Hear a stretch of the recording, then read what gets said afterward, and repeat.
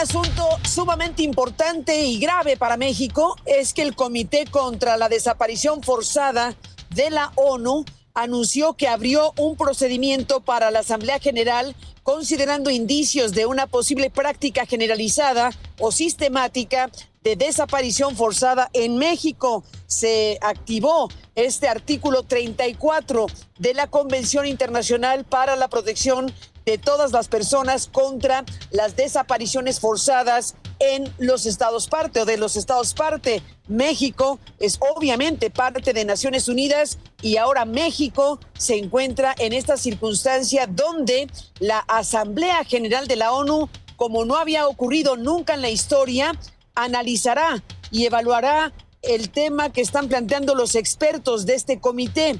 Estamos hablando de que la Asamblea General, ya en esos niveles, la Asamblea General de la ONU evaluar estos indicios de una posible práctica generalizada o sistemática de desaparición forzada en México. Esto no había ocurrido nunca en la historia y es algo sumamente grave que nuestro país se encuentre frente a este que es el espacio mundial más relevante. Las naciones del mundo pues, se evaluarán estas consideraciones y pues reportes de los expertos de este comité especializado en materia de desapariciones forzadas. Así que el artículo 34 de la Convención en la materia ha sido activado y esto desde luego coloca a México en algo que al gobierno mexicano ya lo llevó a dar una reacción inmediata. No está de acuerdo México. El gobierno de México ha dicho que no está de acuerdo con lo que se planteó por parte del Comité de Desapariciones Forzadas de Naciones Unidas, porque establece la respuesta inmediata de México que ese artículo 34 debe activarse cuando hay circunstancias excepcionales. Discutamos en México si eso no es excepcional, lo que pasa en materia de desapariciones forzadas aquí. Esto es lo que dijo Juan Pablo Albán, presidente del comité, afirmando que el proceso se establece en este artículo 34 de la Convención Internacional para la Protección de las Personas contra las Desapariciones Forzadas. En marzo de 2025, el comité activó por primera vez el artículo 34 de la Convención en relación con México. Dicho procedimiento permite al comité llevar a la consideración de la Asamblea General de las Naciones Unidas indicios y una posible práctica generalizada o sistemática de desaparición forzada.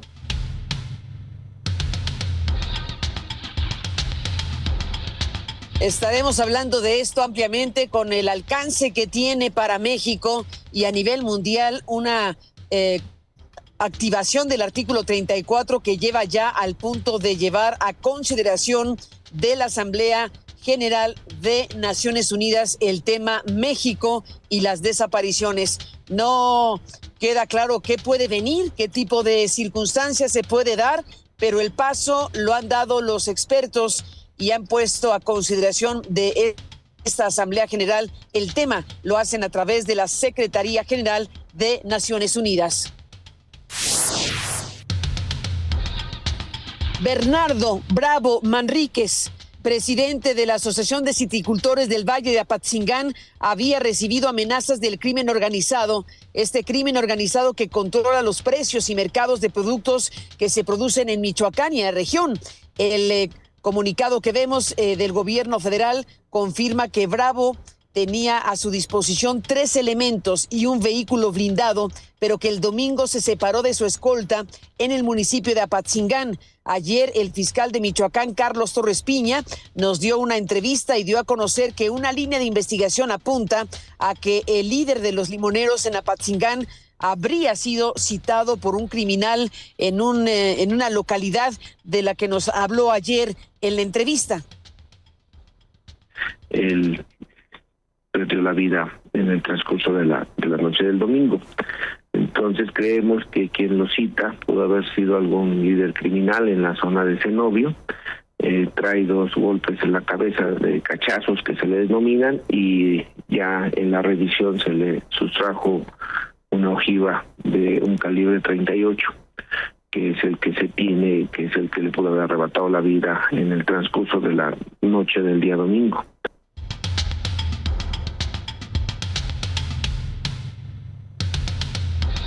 El subdirector de la policía de Indaparapeo, en Michoacán, Víctor Daniel Velázquez Castillo, fue asesinado a balazos la mañana del martes cuando viajaba en su auto particular por la carretera Morelia-Marabatío. Esto lo informó la Fiscalía Estatal. La dependencia indicó que el mando policial se dirigía a su domicilio tras su cambio de turno y que tras el ataque perdió el control del vehículo y volcó, muriendo en el lugar. La Fiscalía Estatal abrió una investigación.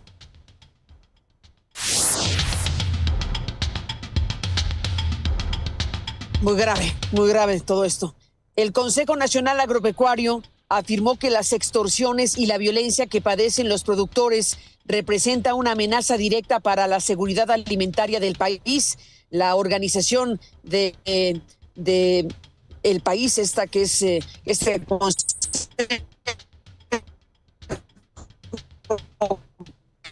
las extorsiones han elevado los costos de algunos alimentos entre un 10 y hasta un 20%.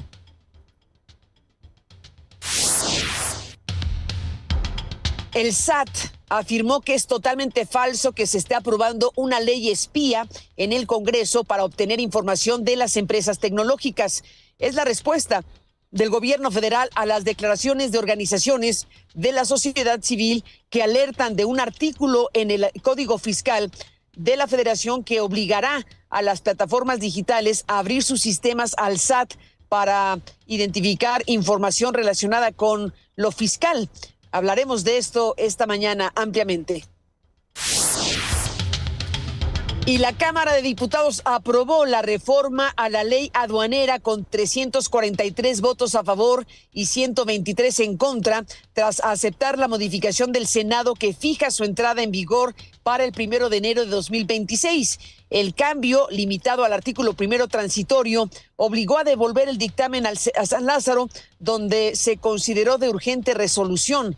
La reforma enviada al Ejecutivo para su publicación crea el Consejo Aduanero, otorga facultades concurrentes al SAT y a la Agencia Nacional de Aduanas para el postdespacho de mercancías. Se pospuso para 2026 fundamentalmente porque tienen que hacer la reglamentación, de tal manera que si no lo hubieran hecho así, tendríamos una ley con nuevas características y reglamentos antiguos. Así que se pospone la aplicación para el próximo año, se dijo, para empatar la legislación nueva con reglamentos nuevos. Claudia Sheinbaum informó que hoy iniciará la dispersión de apoyos a damnificados por las fuertes lluvias. Entregarán 20,000 pesos a las personas, aunque podrían dar más apoyos a las personas que perdieron sus hogares de manera total. Esto fue lo que dijo. Quiero informarles también que a partir del día de mañana empiezan los primeros apoyos a la población. Vamos a dar 20,000 pesos a las familias que tuvieron alguna afectación como un primer apoyo. Va a venir después un segundo apoyo que va a depender del censo que está haciendo Bienestar. También vamos a dar apoyo a todos los estudiantes pues, que perdieron sus útiles.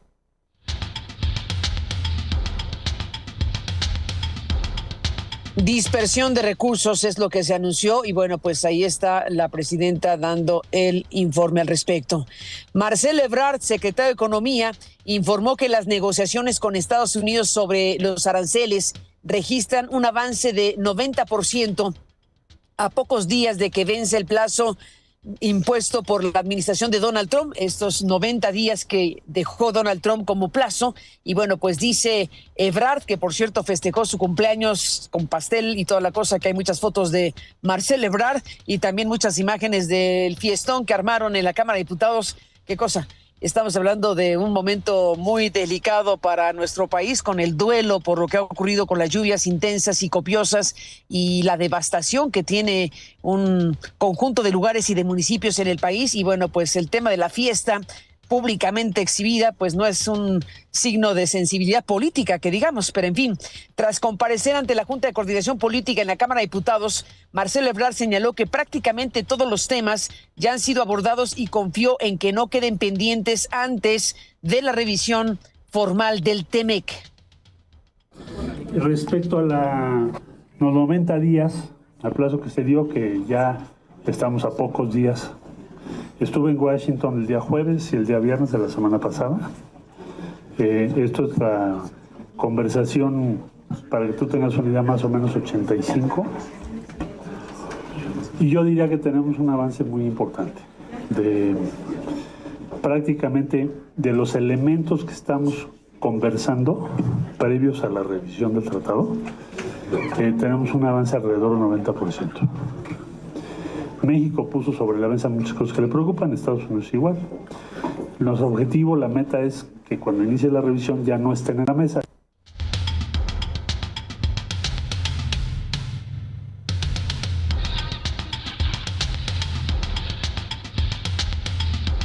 Y bueno, pues hay que detener la mirada en lo que está ocurriendo con el río Tuxpan, un desastre ahí. Es muy grave lo que estamos observando, es muy grave la situación que está viviendo este río Tuxpan. Pemex instaló ya 650 metros adicionales de barrera oleofílica para contener la fuga en el oleoducto Poza Rica Madero en Veracruz. Suman 3 líneas de contención y más de 180,000 litros de hidrocarburo recuperados. En un comunicado informó que también se colocarán 8 barreras en los brazos del río Tuxpan para evitar la dispersión del material. En las labores participan unos 620 elementos de Pemex, Marina, autoridades locales y empresas especializadas. Es el reporte que está dando Pemex de lo que están haciendo frente a este desastre que está afectando de manera muy grave al río Tuxpan, y hay que poner la mirada en ello, hay que seguir de cerca la información para tener la mayor claridad posible del tamaño de este desastre que está afectando a este lugar de la República con esta contaminación provocada por la fuga en este oleoducto Poza Rica y las afectaciones principalmente en este río Tuxpan. Las imágenes nos dan cuenta de la gravedad del asunto y tendrá Pemex que explicar con toda claridad qué ocurrió aquí, qué tipo de circunstancia sucedió para que tengamos un conjunto de operaciones para contener esta fuga del oleoducto. Así que tiene que explicar ampliamente Pemex cómo es que se llegó a esta circunstancia que está afectando gravemente y de esta manera.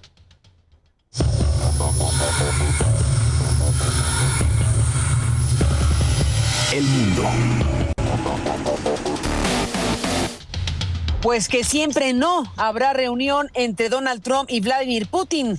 Ayer se anunció que ya no está en planes la reunión anunciada entre el presidente de los Estados Unidos y el presidente ruso, debido al rechazo del gobierno ruso a un alto al fuego inmediato en Ucrania. Un alto funcionario de la Casa Blanca declaró a Reuters que no hay planes para que el presidente Trump se reúna con el presidente Putin en un futuro inmediato. Pues habían lanzado fanfarrias para efectos de una reunión que tendría lugar próximamente, muy pronto, entre Putin y Trump, pero claro, de la mano del alto al fuego. Si Rusia se niega al alto al fuego, pues entonces se da un paso atrás y tal reunión no ocurrirá en el futuro inmediato. Donald Trump solicitó este martes al Departamento de Justicia una compensación de aproximadamente $230 millones por las investigaciones federales que se realizaron en su contra.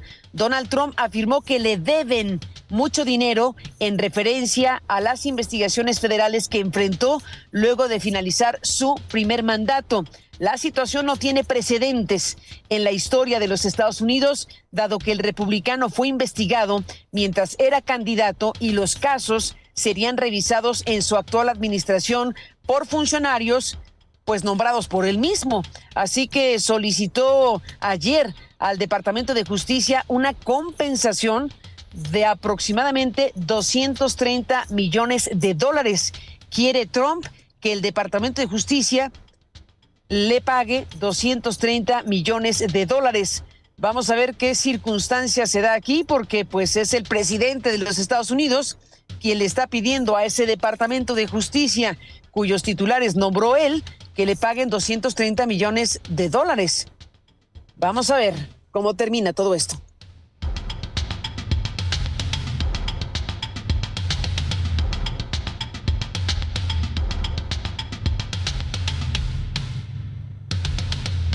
De todos estos temas y más estaremos hablando el día de hoy. Gracias a quienes oyen la radio. Saludos a las estaciones de Grupo Radio Centro en el país. Gracias a quienes están conectados en plataformas de Aristegui. Y muchísimas gracias a quienes ven y oyen este programa en México, en Estados Unidos, en cualquier parte del mundo, en www.aristeguinoticias.com.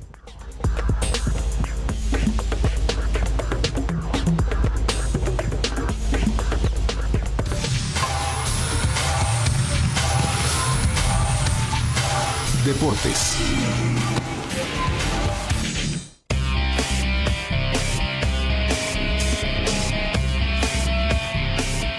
La selección mexicana de fútbol femenil sub-17 consiguió su primera victoria en la Copa del Mundo de la especialidad al derrotar 1-0 a su similar de Países Bajos, en un duelo correspondiente a la segunda jornada de la fase de grupos del certamen que actualmente se celebra en Marruecos.